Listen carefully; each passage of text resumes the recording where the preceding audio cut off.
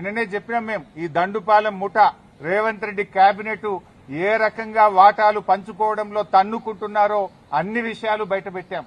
అంటే రాబోయేటువంటి మున్సిపల్ ఎన్నికల ముందు వీళ్ళ అవినీతి బయటపడుతుందని, వీళ్ళ అవినీతి బట్టబయలైతుందని, వీళ్ళ బండారం బయటపడ్డదని ఒక డైవర్షన్ టాక్టిక్స్ కు ఇవాళ రేవంత్ రెడ్డి గారు మాకు నోటీస్ ఇచ్చారు. సరే, ఈ నోటీసులు మాకు కొత్త కాదు. తెలంగాణ ఉద్యమంలో ఆనాటి సమైక్యవాద ప్రభుత్వాలు ఎన్ని కేసులు పెట్టినా, ఎన్ని మా మీద రకరకాల ఇబ్బందులు పెట్టినా కేసీఆర్ గారి నాయకత్వంలో మేము పోరాడినటువంటి ఒక కార్యకర్తలం, ఉద్యమకారులం. ఆ గత సమైక్యవాదంలోనే అనేక సార్లు మమ్మల్ని అరెస్ట్ చేశారు, అనేక వందల కేసులు పెట్టినారు. ఆ రోజే మేము భయపడలేదు. ఇవాళ నువ్వు ఎందుకు నోటీస్ ఇచ్చినావు నాకు? మేము ఏమడిగినాం? నీ 6 గ్యారంటీల సంగతి ఏంది అని అడిగినాం.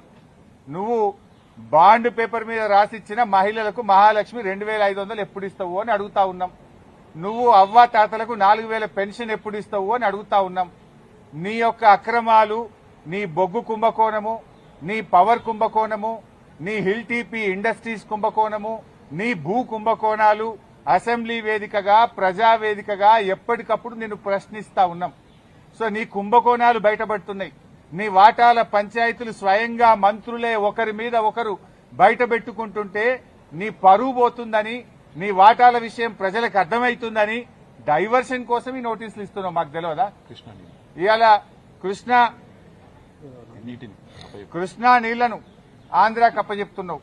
అదేవిధంగా గోదావరి నీళ్లను ఇవాళ చంద్రబాబు నాయుడు గారి ప్రభుత్వం, ఆంధ్రప్రదేశ్ ప్రభుత్వం గోదావరి నీళ్లను మళ్లించి మరి బనకచెర్లకు, నల్లమల్ల సాగర్ తీసుకుపోతుంటే నీ చేతగాని తనాన్ని ఎప్పటికప్పుడు నిలదీసింది బీఆర్ఎస్ పార్టీ, ప్రశ్నించింది బీఆర్ఎస్ పార్టీ, నీ యొక్క బండారాన్ని బయటపెట్టింది బీఆర్ఎస్ పార్టీ. సో నువ్వు అచేతనం అయిపోయినావు. నీదంతా బయటపడిపోతా ఉంది కనుక ఈ డైవర్షన్ టాక్టిక్స్ చేస్తున్నావు. మాకు తెలియదా? నువ్వు ఎన్నికలకు ఈ డ్రామాలు ఆడుతుంటావు. పంచాయతీ ఎన్నికల ముందు అప్పుడేమో మా కేటీఆర్ గారికి నోటీస్ ఇస్తావు. ఇప్పుడు మున్సిపల్ ఎన్నికలకు రేపో మాపో నోటిఫికేషన్ వస్తుంది కనుక మాకు నోటీస్ ఇస్తా ఉన్నావు. నీ సంగతి తెలియదు ఏముంది? మొన్న పంచాయతీ ఎన్నికల ముందేమో రైతు బంద్ వేసినావు. ఇప్పుడు యాసంగి పంటకు ఎందుకు రైతు బంద్ వేస్తలేవు? పంచాయతీ ఎన్నికలు లేవు. కేసీఆర్ గారు ఎప్పుడైనా డిసెంబర్ నుంచే రైతు బంద్ స్టార్ట్ చేసిండు. జనవరి అయిపోయినా రైతు బంద్ పడతలేదు. పంచాయతీ ఎన్నికల ముందేమో బతుకమ్మ చీరలు ఇచ్చినావు, మహిళలకు వడ్డీ లేని రుణం ఇచ్చినావు, రైతు బంద్ ఇచ్చినావు. ఇప్పుడు మున్సిపల్ ఎన్నికలు వచ్చినాయి, ఊర్లను విడిచిపెట్టిండు, రైతు బంద్ ఎగ్గొట్టిండు. ఇప్పుడు ఇయాలటి నుంచి పట్టణాల్లో బతుకమ్మ చీరలు వస్తారట, ఇయాలటి నుంచి పట్టణాల్లో మహిళలకు వడ్డీ లేని రుణం ఇస్తారట. ఇగో ఇవాళ మాకు ఈ నోటీస్ ఇచ్చి మమ్మల్ని ఎంగేజ్ చేసే ప్రయత్నం. అంటే పొలిటికల్ గా బీఆర్ఎస్ పార్టీ థ్రెట్ గా ఆయన ఫీల్ అవుతా ఉన్నాడు. పంచాయతీ ఎన్నికల్లో రేవంత్ రెడ్డి అంచనాలు తప్పినాయి.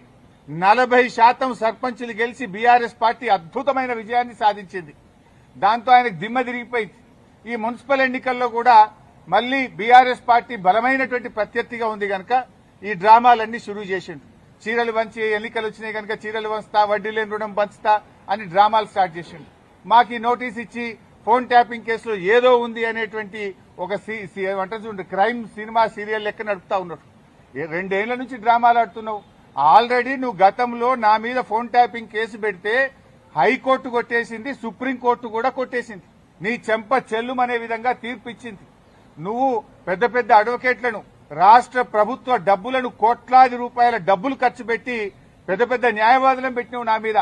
ఎంత పెద్ద న్యాయవాదులను పెట్టినా న్యాయం నా వైపు ఉంది గనక, మేం తప్పు చేయలేదు గనక, ధర్మం మా వైపు ఉంది గనక హైకోర్టులో మేము గెలిచాం. సుప్రీంకోర్టు కూడా నీ చెంప చెల్లుమనే విధంగా నువ్వు స్పెషల్ లీవ్ పిటిషన్ వేస్తే కూడా కొట్టివేసింది. న్యాయం నిలబడ్డది, ధర్మం నిలబడ్డది. అయినా నువ్వు మళ్లీ పిలుస్తున్నావు. సుప్రీంకోర్టే కొట్టేసి ఇంకా మళ్ళీ పిలుచుడేంది డ్రామా? ఏంది డ్రామా? ఎన్ని రోజులు ఈ డ్రామా నడుపుతావు? 2 సంవత్సరాలు దాటిపోయింది. అంటే ఒక కంటిన్యూస్ గా ప్రజల్ని ఎంగేజ్ చేయాలని, మీడియాను డైవర్షన్ చేయాలని, ప్రజల అటెన్షన్ డైవర్షన్ చేయాలని నువ్వు ఎంత డైవర్షన్ చేసినా నేను ఎడవం. నీ బొగ్గు కుంభకోణం గురించి నిలదీస్తూనే ఉంటాం. నువ్వు ఆంధ్రాకు అమ్ముడుపోయిన విధానాన్ని నిలదీస్తూనే ఉంటాం. ఎల్టీపీ పాలసీ ఇండస్ట్రీ కుంభకోణం గురించి నిలదీస్తూనే ఉంటాం. నీ పవర్ స్కామ్ గురించి నిలదీస్తూనే ఉంటాం. నీ యొక్క అవినీతి బాగోతాలు అన్ని కూడా బయట పెడుతూనే ఉంటాం. 6 గ్యారంటీల కోసం తెలంగాణ ప్రజల పక్షాన నిన్ను ప్రశ్నిస్తూనే ఉంటాం, నిలదీస్తూనే ఉంటాం. నేను ఈరోజు బీజేపీ కిషన్ రెడ్డి గారికి కూడా ఒక లేఖ రాస్తా ఉన్నా. కిషన్ రెడ్డి గారు, మీరే కేంద్ర బొగ్గు గనుల శాఖ మంత్రి, సింగరేణిలో 49% కేంద్ర ప్రభుత్వానికి వాటా ఉంది. సింగరేణిలో జరిగిన అవినీతి కుంభకోణాల గురించి నిన్న మీడియా సాక్షిగా బయటపెట్టినా. ఈ రోజు నీకు కూడా లెటర్ రాస్తా ఉన్నా. నువ్వు ఒకవేళ రేవంత్ రెడ్డితో కుమ్మక్కు కాకపోతే వెంటనే సిబిఐ విచారణకు నువ్వు ఆదేశించాలని చెప్పి కిషన్ రెడ్డి గారిని డిమాండ్ చేస్తూ I'm writing A open letter to Kishan Reddy. Kishan Reddy గారు, నేను అన్ని ఆధారాలు ఇవ్వడానికి సిద్ధంగా ఉన్నా.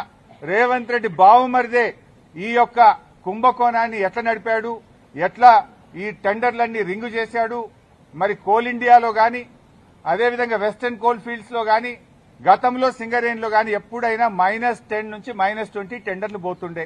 ఈ సైట్ విజిట్ సర్టిఫికేట్ పెట్టిన తర్వాత మరి ఎవరెవరు టెండర్లు వేస్తున్నారో తెలిసి రేవంత్ రెడ్డి బావుమరిది ఆ కాంట్రాక్టర్లను బెదిరించి వాళ్ళు ఏ రకంగా ప్లస్ టెండర్లు ఆయన పొందిండు టెండరు, ఆయన ఎవరనుకుంటే వాళ్ళకి టెండర్ వస్తుంది, ఎవరనుకుంటే వాళ్ళకి సైట్ విజిట్ సర్టిఫికేట్ వస్తుంది.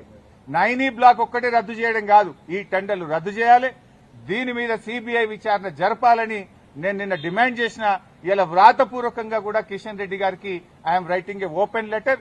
దీని మీద వెంటనే బీజేపీ స్పందించాలని, నిజానిజాలు బయటకు తీయాలని, ఈ దొంగల్ని అరెస్ట్ చేయాలని, ఈ అవినీతి సొమ్మును కక్కించాలని, ఈ రాష్ట్రానికి సింగరేణి కార్మికులకు జరుగుతున్న నష్టాన్ని మరి బయటకు తీయాలని చెప్పి మేము డిమాండ్ చేస్తా ఉన్నాం.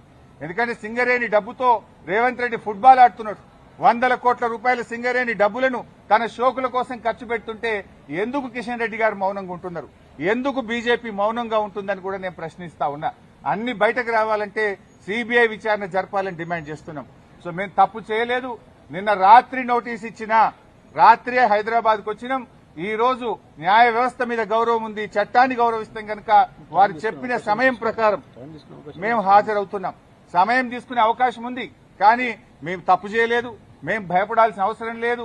ఏ రకంగా కూడా ఈ కేసుతో మాకు సంబంధం లేదు. ఇది ఒక అక్రమ కేసు.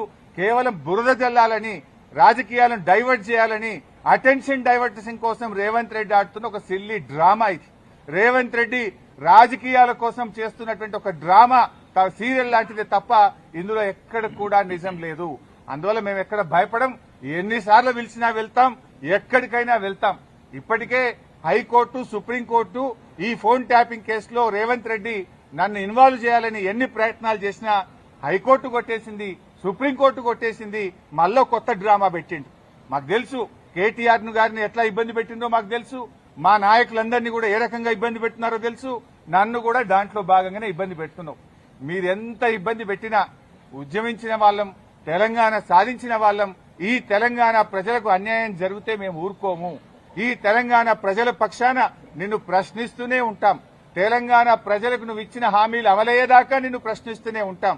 మీ అవినీతి కుంభకోణాలు బయట పెడుతూనే ఉంటాం. నిన్ను వదిలిపెట్టే ప్రశ్నే లేదు. మాకు తెలుసు రేవంత్ రెడ్డి 3 రోజుల కిందనే స్క్రిప్ట్ వేసి పోయిండు. ఆయన వరుసగా నోటీసులు ఇవ్వాలని, ఆయన స్విట్జర్లాండ్ లో, ఆయన అమెరికాలో తిరిగొచ్చేదాకా ఈ సినిమా నడపాలి, ఈ నోటీసులు ఇవ్వాలి, వరుసగా నోటీసులు ఇవ్వాలి. రాజకీయాలు ఆయన ఉండలేడు కనుక దీని చుట్టూ తిప్పాలి. బీఆర్ఎస్ నాయకులందరూ మున్సిపల్ ఎన్నికల మీద దృష్టి పెట్టకుండా అటెన్షన్ డైవర్షన్. సంగారెడ్డిలో ఒక ఎమ్మెల్యే మొన్ననే చెప్పిండు, మేము ఉమ్మడి మెదక్ జిల్లాలో కష్టపడి పనిచేస్తే ఒక ఆయన చెప్పిండు మొన్ననే, ఇక నేను మళ్ళా పోటీ చెయ్యా, ఇక నేను మళ్ళా ఓటు అడగా అని మా దెబ్బ కొడితే మొన్న ఒక నాయకుడు చెప్పిండు.